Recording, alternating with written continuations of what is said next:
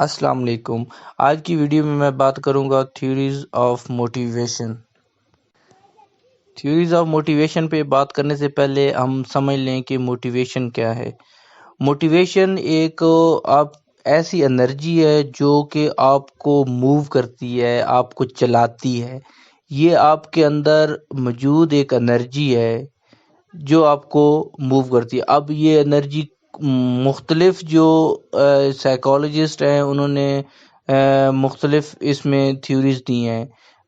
کس نے بتایا ہے کہ اس کی یہ ریزن ہے، اس وجہ سے آپ موو ہوتے ہیں، کسی نے بتایا اس وجہ سے آپ موو ہوتے ہیں، تو اس لیے ڈفرینٹ تھیوریز بن گئی ہیں۔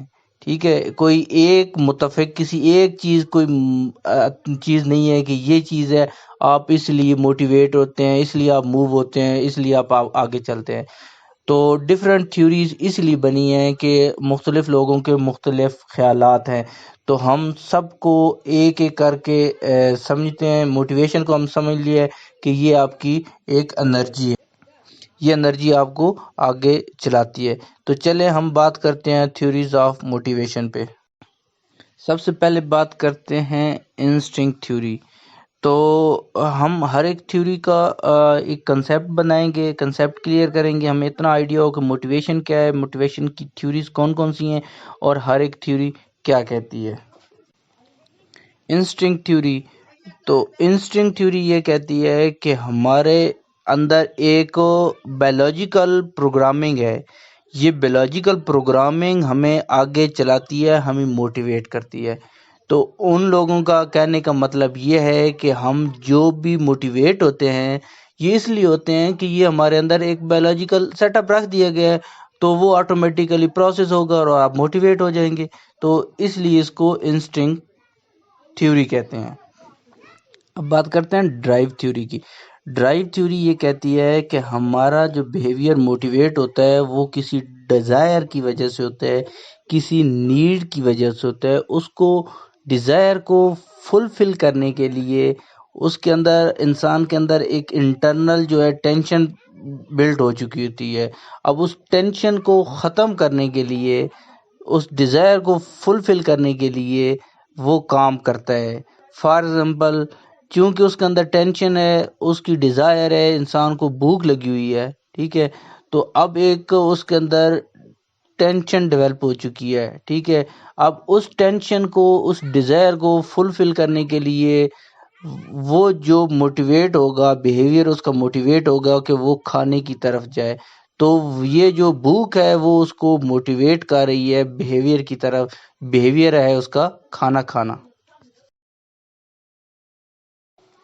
اب بات کرتے ہیں انسینٹیو تھیوری کی۔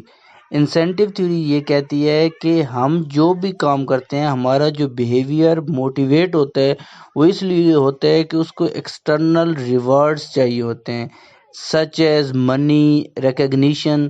تو ریکگنیشن ہو گیا، منی ہو گئی، یہ جو ہیں یہ ایکسٹرنل ریوارڈز ہیں، اور ان ریوارڈز کے لیے ہمارا بیہیویئر موٹیویٹ ہوتا ہے، یہ کہتے ہیں انسینٹیو تھیوری والے۔ اچھا، اب بات کرتے ہیں اراؤزل تھیوریز کی۔ اراؤزل تھیوری والے یہ کہتے ہیں کہ جو انسان ہوتے ہیں وہ ایک خاص لیول پہ، آپٹیمم لیول پہ رہتے ہیں، ٹھیک ہے، ایک خاص لیول پہ رہتے ہیں۔ اب وہ جب اس لیول سے نیچے چلے جاتے ہیں تو وہ موٹیویٹ ہوتے ہیں ٹو مینٹین دیٹ لیول، ٹھیک ہے۔ اب انہوں نے اس لیول کی طرف جانا ہے، تو یہ جو ہے وہ آپٹیمم لیول جو ہے اس کو اچیو کرنا ان کی موٹیویشن ہوتی ہے، ان کا بیہیویئر اس لیول کی طرف جاتا ہے۔ اور لاسٹ پہ ہم بات کرتے ہیں ہیومنسٹک تھیوریز کی۔ تو ہیومنسٹک تھیوری میں ابراہم ماسلو کی تھیوری بہت امپورٹنٹ ہے۔ ابراہم ماسلو نے جو ایک ہمیں نیڈز بتائی ہیں، 5 نیڈ بتائی ہیں۔ سب سے پہلے آپ کی فزیولوجیکل نیڈ پوری ہوگی تو تب آپ سوچیں گے سیفٹی نیڈ کے بارے میں، ٹھیک ہے۔ سیفٹی نیڈ آپ کی پوری ہوگی تو پھر آپ بلانگنگنیس کی بات کریں گے، جب آپ کی وہ کمپلیٹ ہوگی پھر آپ سیلف اسٹیم کی طرف جائیں گے، اور جو اس کا میکسیمم لیول ہوتا ہے وہ سیلف ایکچولائزیشن ہوتا ہے، تو جب آپ کی یہ 4 نیڈز پوری ہو جاتی ہیں تو آپ سیلف ایکچولائز پرسن ہو جاتے ہیں۔ تو تھوڑا سا میں اس کو ایکسپلین کر دیتا ہوں ہیومنسٹک تھیوریز کو، کہ جب انسان کو سب سے پہلے بھوک پیاس اس چیز کی، جب وہ بھوکا ہے یا پیاسا ہے تو وہ باقی چیزوں کی پرواہ نہیں کرے گا، وہ سیفٹی کو بھی نہیں دیکھے گا، باقی سیلف اسٹیم یہ کوئی چیز اس کے لیے ویلیو نہیں کرے گی، کیونکہ اس کی ضرورت ہے کھانا اور پینا۔ جب وہی نہیں مل رہے تو وہ اور کس کا سوچے گا؟ جب یہ کمپلیٹ ہو جائے گی تو پھر وہ اپنی سیفٹی کا سوچے گا، وہ مکان بنائے گا، وہ اپنے کپڑوں کا سوچے گا۔ جب یہ کمپلیٹ ہو جائے گا تو پھر اس کا خیال آئے گا کہ اس کو دوست احباب ہوں، اس سے کوئی پیار کرنے والے ہوں، وہ لوگوں میں گلے ملے، تو وہ بلانگنگنیس کی بات کرے گا۔ جب یہ 2-3 نیڈز کمپلیٹ ہو جائیں گی تو پھر وہ سیلف اسٹیم کی بات کرے گا، وہ سیلف ریسپیکٹ کی بات کرے گا، اس کی عزت ہو، لوگ اس کی عزت کریں تو سیلف اسٹیم کی بات کرے گا۔ اور یہ جو سب کچھ کمپلیٹ ہو جائے گا تو وہ ایک سیلف ایکچولائز پرسن بن جائے گا۔ تو یہ ہے ہیومنسٹک تھیوری۔ تو اس طرح ہم نے 5 جو تھیوریز ہیں، تھیوریز آف موٹیویشن، ان پہ بات کی ہے۔ گو کہ میں نے سرسری سا بتایا ہے، لیکن امید ہے کہ آپ کو یہ تھیوریز اچھی طرح سے سمجھ آ گئی ہوں گی۔ Thank you so much for watching and اللہ حافظ۔